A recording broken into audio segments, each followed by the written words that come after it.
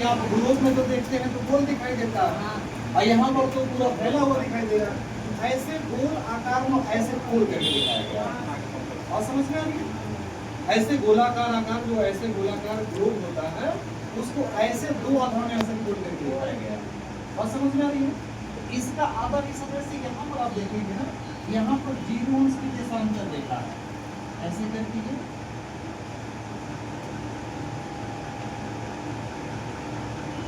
Zero अंश की देशांतर रेखा है, ठीक है। ये पूरब पश्चिम हमारे ग्लोब का विभाजन करती है, और ये उत्तर से दक्षिण हमारे ग्लोब का विभाजन करती है, ठीक है ना। ये प्रशांत महासागर आधा इधर आ जाता है, आधा इधर आ जाता है। और जब इसको ऐसे लेकर करके चिपकाएंगे ना, तो प्रशांत महासागर एक जगह त्रिभुजाकार आकृति में आप लोगों को दिखाएगा, ठीक है।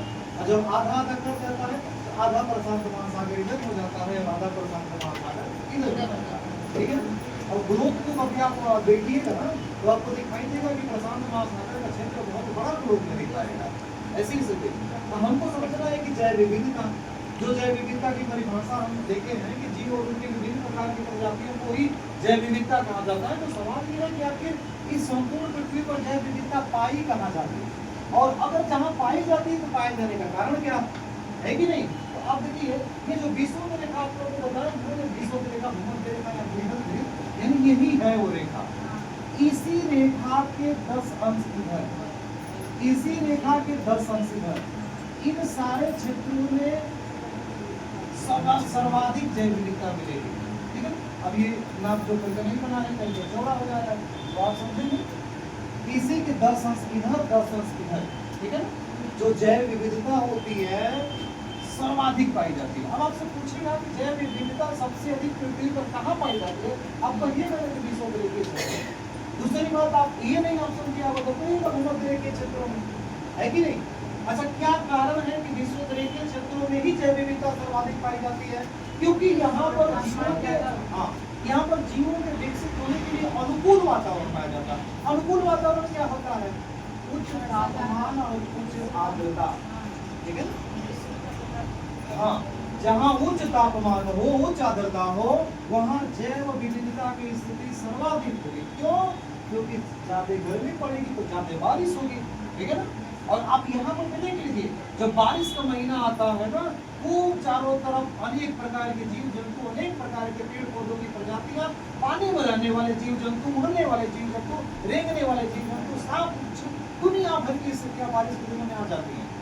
और जैसे महीना बारिश का खत्म होता है तो ऐसे अनेकों जो पेड़ पौधों की प्रजातियां होती है, घास की प्रजातियां होती है, वो क्या होती जाती है, विलुप्त होती चली जाती है। हमको उस क्षेत्र का ध्यान रखना है जहाँ पर 12 महीने गर्मी पड़ती है, 12 महीने बारिश होती है।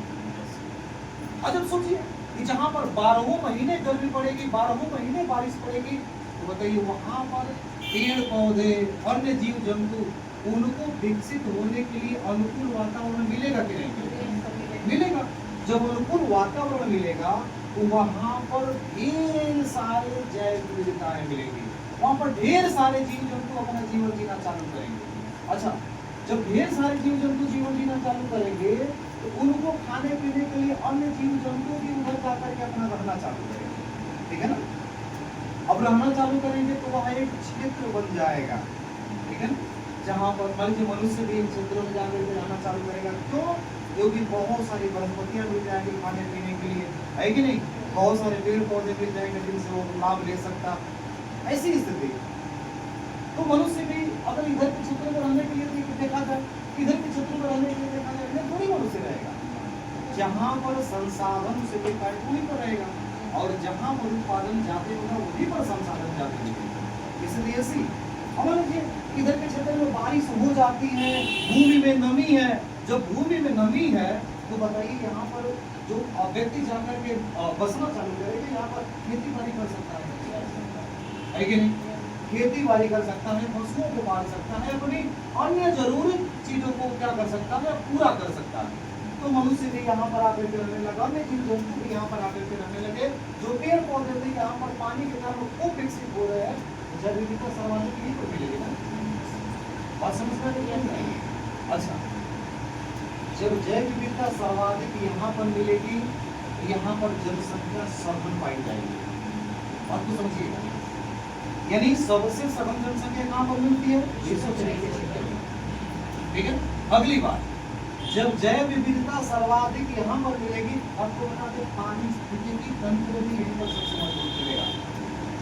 पारिस्थितिकी तंत्र का मतलब एक सिस्टम जिसमें सारे व्यक्तियों के खाने पीने की व्यवस्थाएं हो सके।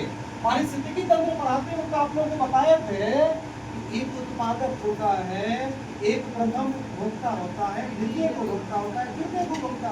अच्छा बताइए कि जहां पर जैव विविधता सर्वाधिक पाई जाएगी वहां पर पारिस्थितिकी तंत्र भी मजबूत होगा कि नहीं होगा? क्योंकि ज्यादा जीव जंतु पाए जाएंगे, और जब ज्यादा जीव जंतु पाए जाएंगे तो किसी भी जीव को भोजन के लिए संघर्ष करना पड़ेगा नहीं, तुरंत मिल जाएगा, कोई ना कोई मिल गया, खा लेगा, अपना जीवन बेहतरीन तरीके से जिएगा, है कि नहीं?